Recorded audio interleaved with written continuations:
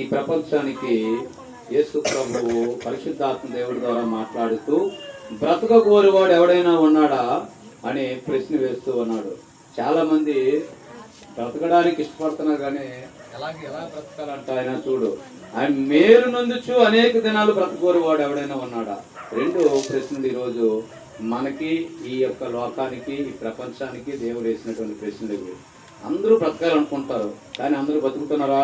బ్రతకటం లేదు. ఎందుకంటే వాళ్ళ ఆలోచనలు వేరుగా మారిపోతూ ఉన్నాయి. ఏ క్షణము ఎవరు ఏ రకంగా పోతారో కూడా తెలియటం లేదు. అందరూ అనుకుంటారు బతుకుదాం తెల్లారనేస్తాను, ఏదో టెన్షన్లో, లేకపోతే ఏదో శోధన, ఏదో రకంగా ఇంట్లో శోధన, ఒంట్లో శోధన, సమాజంలో శోధన, ఉద్యోగంలో శోధన, భార్యాభర్తల శోధన, అనేకమైనటువంటి శోధనలు ఉన్నటువంటి సమయంలో దేవుడు ఇసినటువంటి మాట ఇది. దేవుడు ఈ మాట అంటూ ఉన్నాడు, ఇదిగో బ్రతక కోరువాడు ఎవడైనా ఉన్నాడా? మేలు నందుచు అనేక దినాలు బ్రతక కోరువాడు ఎవడైనా ఉన్నాడా? ఒకవేళ అలా ఉన్నట్లయితే ఆయన కండిషన్ పెట్టాడు. ఏమంటున్నాడంటే, యెహోవా ఉత్తముడని రుచి చూసి తెలుసుకొనండి. మొట్టమొదటిగా అనేక మందికి బతకాలు ఉంటుంది, కానీ సత్యమైనటువంటి ఈ లోకాన్ని, భూమిని, సముద్రమును, సమస్తాన్ని సృష్టించినటువంటి దేవుడు ఎవరో గుర్తెరిగి వాళ్ళ మనోనేత్రాలు వెలిగించబడితే అప్పుడు వాళ్ళు అనుకుంటారన్నమాట, యెహోవా ఉత్తముడు అని, యెహోవా దేవుడు మంచివాడు అని చెప్పేసి. ఎందుకంటే ఈ లోకంలో మంచిగా ఎవడైనా ఉన్నాడంటే ఇంకెవరు కూడా ఈ లోకంలో లేరు. అందుకే అందరూ పాపం చేసి దేవుడు అనుగ్రహించిన మహిమను పొందలేకపోతూ ఉన్నారు. దేవుడు అనుగ్రహించిన మహిమ, దేవుడు మనం అనుకుంటున్నాం ఇది కాదు, మనకి రమ్యమైనటువంటి దేశము, దీనికన్నా మహిమగల రాజ్యం మనకు ఉంది, దాన్ని తలుచుకుంటే ఈ శ్రమలు మనకి శ్రమలే కావని దేవుడు అంటూ ఉన్నాడు. అయితే ముఖ్యంగా మనం ఈ ప్రార్థనలు పెట్టుకోవడానికి ఒక కారణం ఉంది.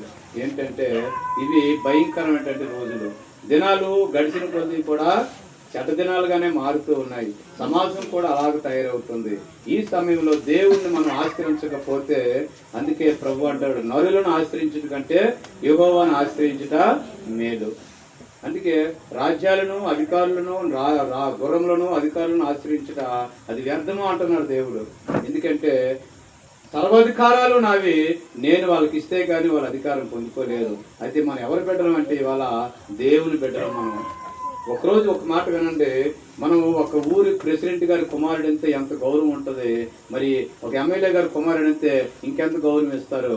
ఆయనకున్న పవర్ ఆయనకున్న పవర్ ఆయనకు ఉంటుంది. అయితే ఈరోజు మనం ఎవరి పిల్లలం అంటే ఈ భూమిని, ఆకాశమును సృష్టించిన దేవుని కుమారులము, దేవుని బిడ్డలం. మనకున్నటువంటి పవర్ ఏంటి, మనకున్నటువంటి శక్తి ఏంటో ఇవాళ పావు గంటలో మనము చూద్దాం. అందుకే తిమోతి రాసిన పత్రికలో అంటాడు, మనం క్షేమముగా, మన సుఖముగా బ్రతుకు నిమిత్తము అంటే 191 పేజీలో ఆ మాట తీసి మనం ముందుకు వెళ్దాం. అయితే 1 అధ్యాయము 1 తిమోతికి 2వ అధ్యాయము 1వ వాక్యంలో ఉంటుంది, మనం క్షేమముగా, సంపూర్ణంగా మనం బ్రతకడానికి అంటే మనుషులందరి కొరకు కూడా ప్రభు ఏం చెప్తున్నాడు, మనుషులందరి కొరకు, రాజుల కొరకు, అధికారుల కొరకు మనం ప్రార్థన చేయమని ప్రభు వారు మాట్లాడుతూ ఉన్నారు. మనం క్షేమంగా ఉండాలంటే సంపూర్ణ భక్తిలో ఉండమంటున్నాడు ప్రభు. మన భక్తి, ఎందుకంటే భక్తి ఎలా ఉండాలంటే ఆశ్రయించే భక్తిగా ఉండాలి. మన భక్తి, మనము శక్తి ఎరగకుండా మనం భక్తి చేస్తున్నాం, కానీ భక్తిలో ఉన్నటువంటి శక్తి ఏంటో తెలుసుకోవాలా. ఒక చిన్న మీకు ఈ మాట మీకు తెలియజేస్తాను. ఒకసారి కరెక్ట్ కరోనా టైంలో ఒక వ్యక్తి నాకు ఫోన్ చేసి అన్నాడు, ఇదిగో నేను చనిపోతాను అని ఫోన్ చేశాడు. నేను తాగేస్తా మా ఇంటి అందరం అన్నాడు. ఇదేట్రా బాబు, నాకు ఫోన్ చేసి నువ్వు చెప్తే లాస్ట్ కాల్ నాదే ఉంటుంది, నన్ను తీసుకుని పోలీసు వాడు ఆగరా బాబు అన్నాను. అంటే ఇవాళ వాడికి వాక్యం నేర్పాను, పాటలు నేర్పాను. వాడి జీవితం ఎలా మారిందంటే రోజుకి 8 గంటలు ప్రార్థనలో ఉన్నాడు. ఏదో అప్పులపాలు అయిపోయాడు, అంతే, మరేట్లేదు. అప్పులపాలు అయిపోయాడు పూర్తిగా. ఆయన రమ్మని చెప్పాను, ఖాళీ లేదు, రాలేదు. సాక్ష్యానికి రమ్మని చెప్పాను ఆయనకి. ఒకసారి రా, ఒకసారి మా దగ్గర సాక్ష్యం చెప్పాను. ఈరోజు ఎన్నాళ్ళు చేయలేదండి, 6 మాసాలు ప్రార్థన చేశారండి. 6 మాసాలేనండి. దేవుడు ఎలాగ మార్చాడు. రోజుకు ఒక దర్శనం. ఆయన ఎలాంటి బుక్లు ఎన్నో నిండుకొని ఆయన బుక్లని, ఆయన దర్శనాలు రోజు చెప్తుంది. ఆయన అలాగ బలపరుస్తూ ఆత్మహత్య అనేది పోస్ట్ పోన్ చేయించేసి అలాగా 3 ఆడపిల్లలు, ఒక అలాంటి తర్వాత ఆవిడకి జాబ్ వచ్చింది గవర్నమెంట్ కిమ్స్లోనూ, ఆవిడకి ఒక 20,000, వాళ్ళ అమ్మాయికి లాయర్ అయ్యింది, క్రిమినల్ లాయర్. ఆంధ్రప్రదేశ్ రాష్ట్రానికి భారతదేశానికి లాయర్ అయింది ఇవాళ వాళ్ళ అమ్మాయి అయితే. సరైనటువంటి సంబంధం ఇచ్చాడు. చక్కగా అవన్నీ కొద్ది రోజులు శ్రమలే ఉన్నాయి, కానీ ఎలాగ ప్రార్థనలో గడపాలో ఎలాగ చేయాలా ఆ విషయాలన్నీ చెప్పినప్పుడు ఎక్కడ కూడా తూచా తప్పకుండా మా కంపెనీ పోరాడు ఆయన సెక్యూరిటీ గార్డ్, అంతే రాష్ట్రంలో ఒక సెక్యూరిటీ గార్డ్ గేట్లు తీయాలా. అలాంటి వ్యక్తి ఈరోజు దేవుడు ఎంతగా జీవించాడంటే కేవలం మరేమి చేయలేదు. నువ్వు 8 గంటలు డ్యూటీ చేస్తే మరి 8 గంటలు ఇంట్లో ప్రార్థన చేస్తే నాతో మాట్లాడు, అంతవరకు నాతో మాట్లాడదు అని చెప్పాను. అదే మాట ఫాలో అయ్యాడు. అలాగైతే నేను నీ కొరకు పూట పడతాను, నీ అప్పులన్నీ సంగతులతో నేను మాట్లాడుతాను అన్నప్పుడు ఇదిగో మీరు నమ్మరు, 5 నచ్చలు ఇవ్వాల్సినాడు 2 నచ్చలతోనే క్లియర్ అయిపోయాడు. నేనే మధ్యలో ఉండి గీతాలు రాస్తే కనిపించేవాడిని. దేవుడు ఏమంటున్నాడంటే మేలు నొందుచు అనేక దినాలు బ్రతకాలని కోరుకునేటప్పుడు ఎవరిని ఆశ్రయించాలా? యెహోవా ఉత్తముడని రుచి చూసి తెలుసుకొని ఆయన ఆశ్రయించాలా. మనం అనుకుంటాం ఏటి ప్రభా రోజు ప్రార్థన చేస్తాం, రోజు పాపం పడుకుంటాం, లోకస్తులు చూడు ఎంత బాగున్నారు, వాళ్ళకి ఏంటి చింత లేదే, వాళ్ళకి ఏంటి కూడా దుఃఖం లేదు, వాళ్ళకి ఏమి లేదు ప్రభా, మాకేంటి ప్రభా. ఈ మాటలు మనం తొందరగా తీద్దాం. ఇక్కడ ఒక మాట చూడండి, ఆదికాండము 14వ అధ్యాయము 14వ వాక్యంలో మనం ఎందుకు ఈ ప్రార్థన పెట్టుకోవడానికి కారణం ఏంటి, ఈ విషయాలన్నీ కూడా తెలియపరుచుకుందాం. ఆదికాండం 14:14లో ఒకసారి ఆదికాండం అనేసరికి మనకు గుర్తొచ్చేది ఎవరు అంటే అబ్రహాం గారు. ఆదికాండంలోనే స్టార్ట్ అయ్యాడు. అక్కడ స్టార్ట్ అయ్యి ఎంతవరకు వచ్చాడు? ప్రకటన గ్రంథం వరకు ఆయన మనం గుర్తు చేసుకుంటూనే ఉన్నాము. క్రీస్తు పూర్వం ఆయన 2000 సంవత్సరాల కింద వచ్చిన అబ్రహాం గారిని క్రీస్తు శకం 2000 సంవత్సరానికి వచ్చినా ఇంకా ఆయన పేరు చేసుకుంటూ ఆయన మాదిరిగా మనం తీసుకుంటూ ఉన్నాం. ఇక్కడ చూసినట్లయితే అబ్రహాం గారు ఆదికాండం 14వ అధ్యాయము 14వ వాక్యము, అబ్రాము తన తమ్ముడు చెరపెట్టబడినని విని తన ఎంట పుట్టి అలవర్చబడిన 318 మందిని వెంట పెట్టుకుని దాని మట్టుకు ఆ రాజులను తరిమెను. తన తమ్ముడైన లోతు పొరపాటు చేశాడు. ఆస్తులు అయితే ఉన్నాయి, కానీ ఆయన ఆ తండ్రి యొక్క తినతండ్రి తాలూకు అడుగుజాడల్లో ఆయన నడవలేదు. ఏదో భక్తిగా ఉంటున్నాడు, ఏదో దేవుణ్ణి ఆశ్రయిస్తున్నాడు, ఏదో వస్తూ ఉన్నాడు ప్రార్థనకి, దేవుణ్ణి నమ్ముకుంటున్నాడు, చర్చికి వస్తున్నాడు, కానీ భక్తి విషయంలో ఎందుకంటే నీ భక్తి నీకు ధైర్యం పుట్టించదా అంటున్నాడు యోబు గ్రంథంలో. మన భక్తి మనకేం పుట్టించాలా? ధైర్యం పుట్టించాలా.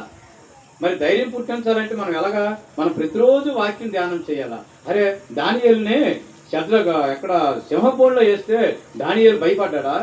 భయపడలేదు. ఆయన షడ్రకు మెషకు అభ్యర్థిని పోయిన బొమ్మకు మొక్కమంటే వాళ్ళు మొక్కపోతే వాళ్ళు భయపడ్డారా?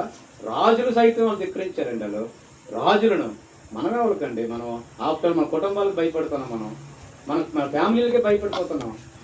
అంటే మన సమాజానికి దేవుడు అందుకే ఆయన మనం షడ్రకు మెషకు అభ్యర్థిని అంటాడు కదా, ఇదిగో మా దేవుడు రక్షించుటకు సమర్థుడు, మా దేవుడు రక్షించడానికి సమర్థుడు. ఎందుకంటే యెహోవా కన్నులు లోకమందంతలో సంచారం చేస్తూ ఉన్నాయి కాబట్టి ఆయన నిన్ను నన్ను అందరినీ చూస్తున్నాడు, మన భక్తిని చూస్తున్నాడు, మన ప్రవర్తన చూస్తున్నాడు, మన యొక్క పద్ధతులన్నీ కూడా తిరిగినటువంటి వాడు. అయితే ఇక్కడ అబ్రాహాము తమ్ముడు చెరపట్టబడ్డాడని విన్నాడు. అబ్రాహాం తమ్ముడు ఎవరు? తమ్ముడుగా చిన్నాన్న కొడుకు, ఆయనే వాళ్ళ తమ్ముడు కొడుకు లోతు గారు చెరలోకి వెళ్ళిపోయాడు. రాజులు వచ్చి తీసుకుని వెళ్ళిపోయారు. రాజులు వచ్చి తన బిడ్డలను, తన భార్యలను, తన దాసులను, తన యొక్క ఆస్తిని అంతటి కూడా యుద్ధాలు జరుగుతున్న 5 రాజులు వచ్చారు. ఆ రాజ్యం మీద పడినప్పుడు, కుటుంబ మీద పడినప్పుడు మొత్తం తీసుకుని వెళ్ళిపోతే ఆ వార్త తెలిసింది. ఆ వార్త తెలిసినప్పుడు ఆయన ఆగిపోలేదు.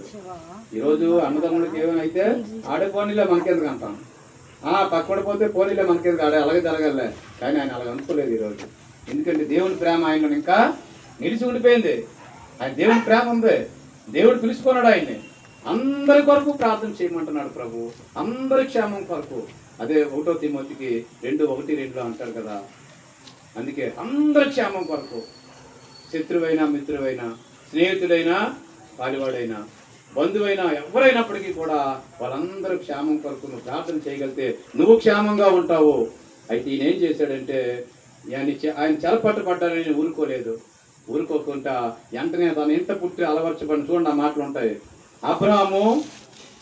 తన తమ్ముడు చెరపట్టబడినని విని తన ఎంట పుట్టి అలవర్చబడిన 318 మందిని వెంట పెట్టుకొని, తన ఇంట పుట్టారటండి 318 మంది సైనికులు.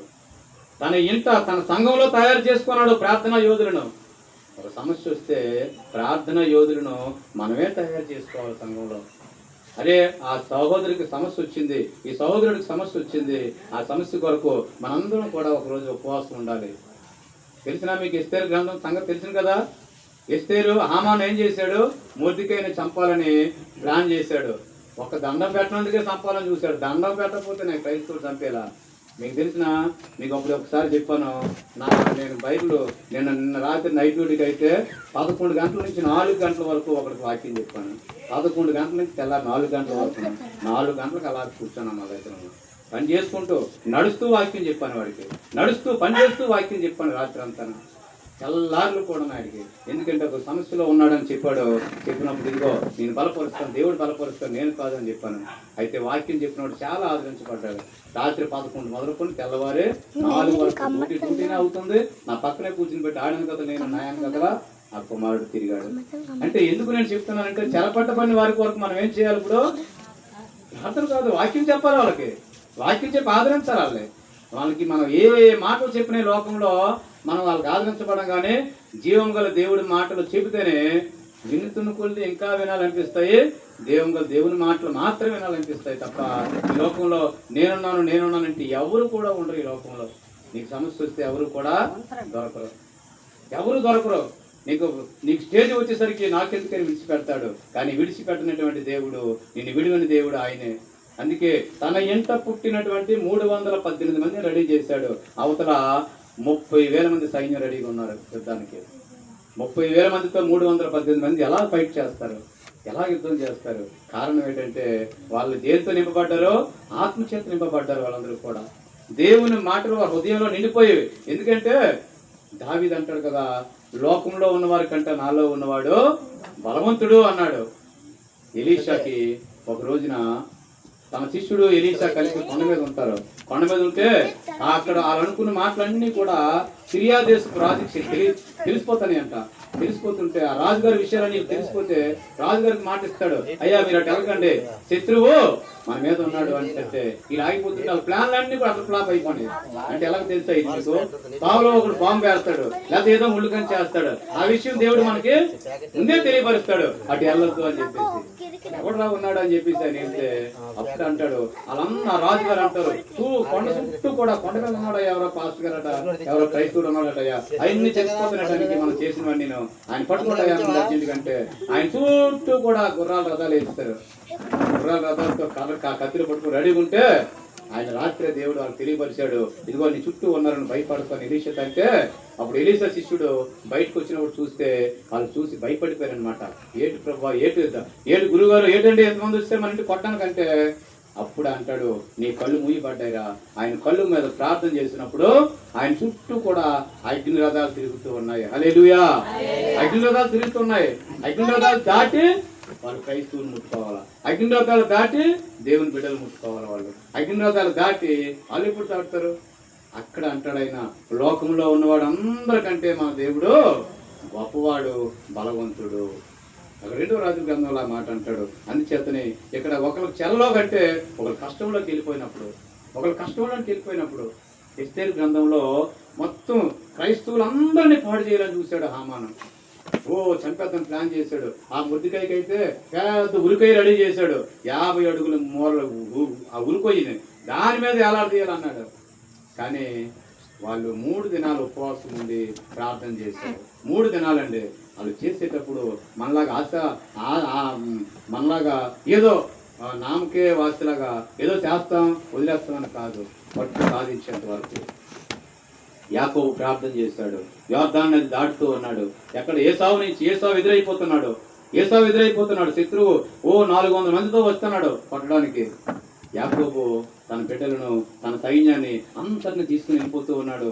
ఎదురైపోతే అందరినీ ఒక కత్తితో యాటై చేస్తాడు. అయితే అత్తవారింటి నుంచి వస్తున్నాడు యాకోబు. 18 నుంచి మళ్ళా తన ఇశ్రాయేలు దేశానికి వస్తూ ఉన్నప్పుడు ఆ మధ్యలో 7 సార్లు సాష్టాంగపడి ప్రార్థన చేసుకుని బయలుదేరుతూ ఉండేవాడు.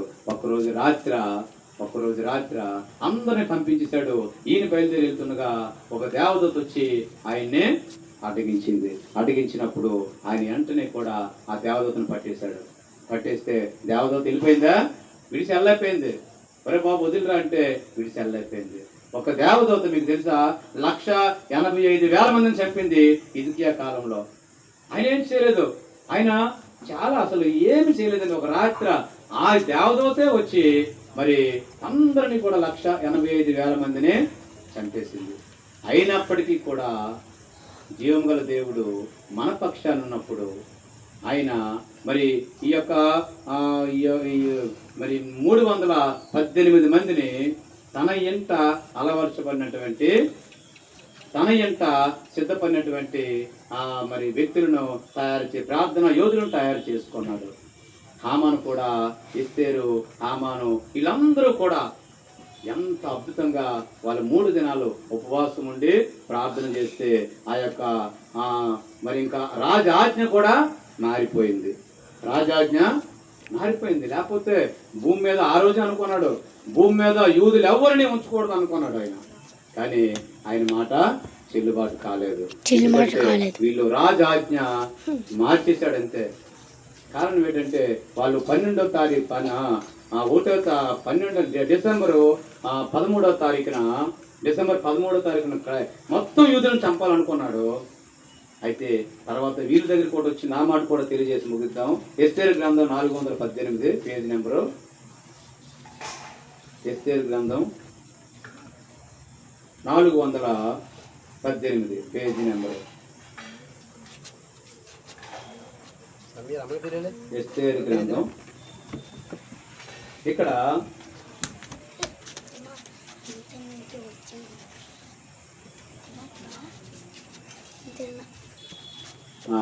అమ్మా 8వ అధ్యాయము 14వ వాక్యము.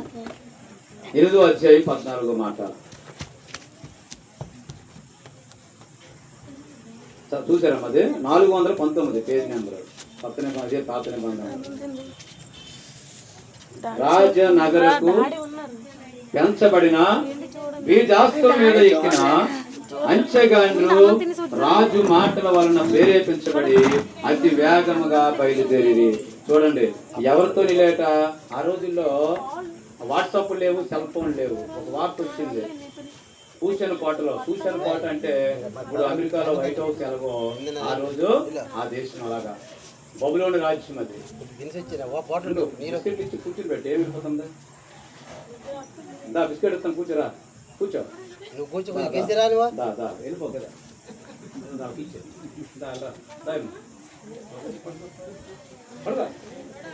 అయితే కొన్ని దాన్ని కింద కూర్చో. అయిపోయింది, మళ్ళీ గొలుసు ప్రార్థన చేసుకుందాం. సరే, అయితే మనం ముగించుకుందాం మరి తొందరలోనే, మనం ఎందుకంటే సమయం అవుతుంది. ఎస్తేరు గ్రంథంలో మొత్తం ఒక్కడిని కూడా ఉంచడానికి ప్లాన్ చేయలేదండి. ఈరోజు కూడా క్రైస్తవులకి ఇదే సమస్య రాబోతుంది. మీకు తెలుసా, సమస్యల మీద సమస్యలు వస్తూనే ఉన్నాయి. ఎన్నో చట్టాలు మారుతుంటాయి, ఇంకెన్నెన్నో చట్టాలు పెడుతూనే ఉంటాడు గవర్నమెంట్. కానీ దేనికి భయపడవలసిన అవసరం మనకు లేదు.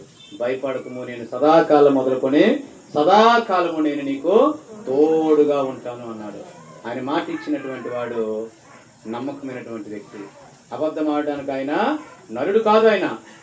ఆయన మాట ఇచ్చాడు, మాట నెరవేర్చేవాడు ఆయన. అందుచేతని ఆయన అంటూ ఉన్నాడు కదా, ఇదిగో ఆయన ఒక ఆజ్ఞ పాస్ అయ్యింది. 8వ తారీఖున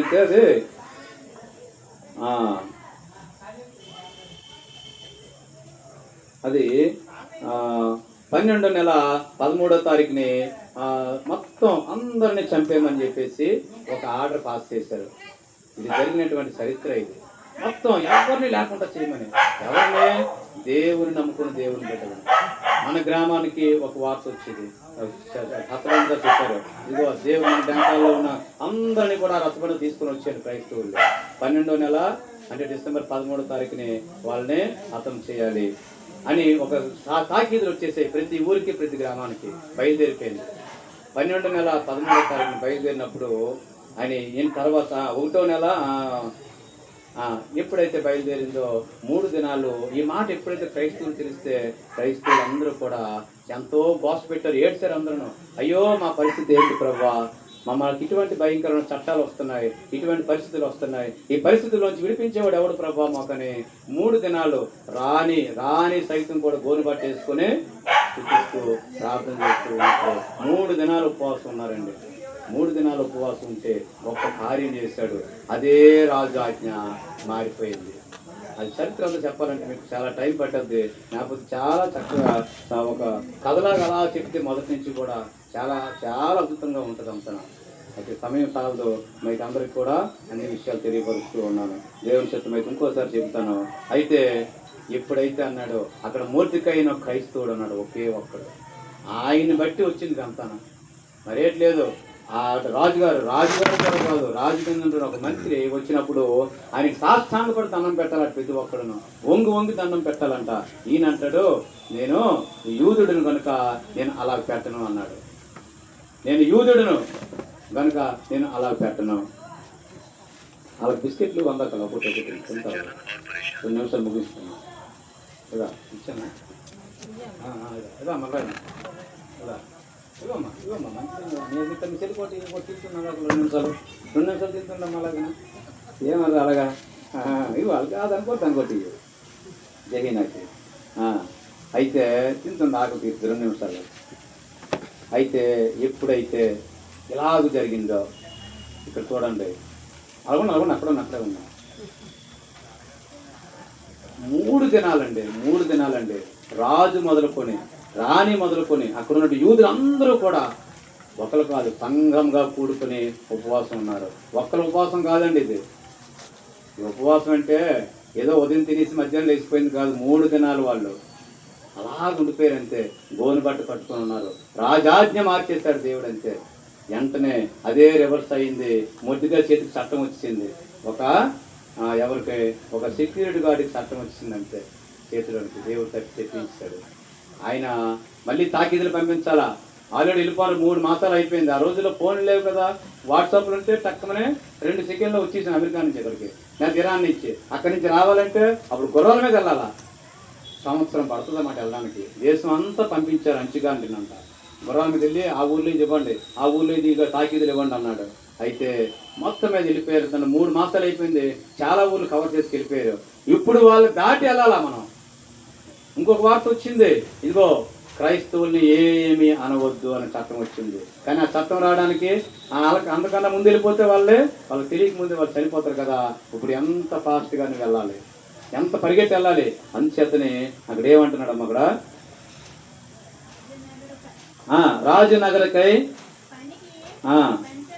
రాజనగరికి పెంచబడిన బీజాశ్వం మీద ఎక్కి అంచెగాండ్రు. చూడు ఎలాంటి అశ్వాలు అంటే, ఇప్పుడు మన ఇంట్లో కారు ఒకలాగా ఉంటుంది, ఎమ్మెల్యే కారు ఒకలాగా ఉంటుంది, మినిస్టర్ గారి కారు ఒకలాగా ఉంటుంది. ఆయన కారు రై అని వెళ్తూ ఉంటాయి అవి. ఎందుకంటే ఆ ఖరీదైన కార్లు అవి ఆ ఫాస్ట్గా వెళ్తాయి. మన ఇంట్లో కారు, మన ఇంట్లో బళ్ళు కొంచెం స్లోగా వెళ్తాయి అన్నమాట. 1 గంట మహా వెళ్తే శ్రీకాకుళం వెళ్తాం, వాళ్ళు అరగంటలోనే శ్రీకాకుళం వెళ్ళిపోతారు. అంత ఫాస్ట్గా వెళ్తాయి. ఇప్పుడు ఏం గుర్రాలంటే ఇవి, ఏం గుర్ర రాజనగరి పనికై పెంచబడినటువంటి బీజాశ్వాలు. అంటే లోకము ఒక చట్టం ప్రవేశపెట్టింది. ఆ చట్టాన్ని మనం అధిగమించాలంటే మనం ఎలా ఉండాలి? ఇప్పుడు ఇదిగో దేవుడి మాట చెబుతుంది, మీరు మరి వాళ్ళు నశించిపోకుండా ఉండాలంటే, మన పొరుగు వారు నశించిపోకుండా, మన గ్రామం నశించిపోకుండా, మన దేశం రక్షించబడాలి, మన యొక్క బంధువులు రక్షించబడాలి, లేదంటే మన పొరుగు వారు అందరూ కూడా మరి దేవుని రాజ్యంలో చూడాలి. వాళ్ళు నశించిపోకూడదు అంటే మనం రాజనగరు పనికి పెంచబడినటువంటి వారిగా మనం సిద్ధపడాలి.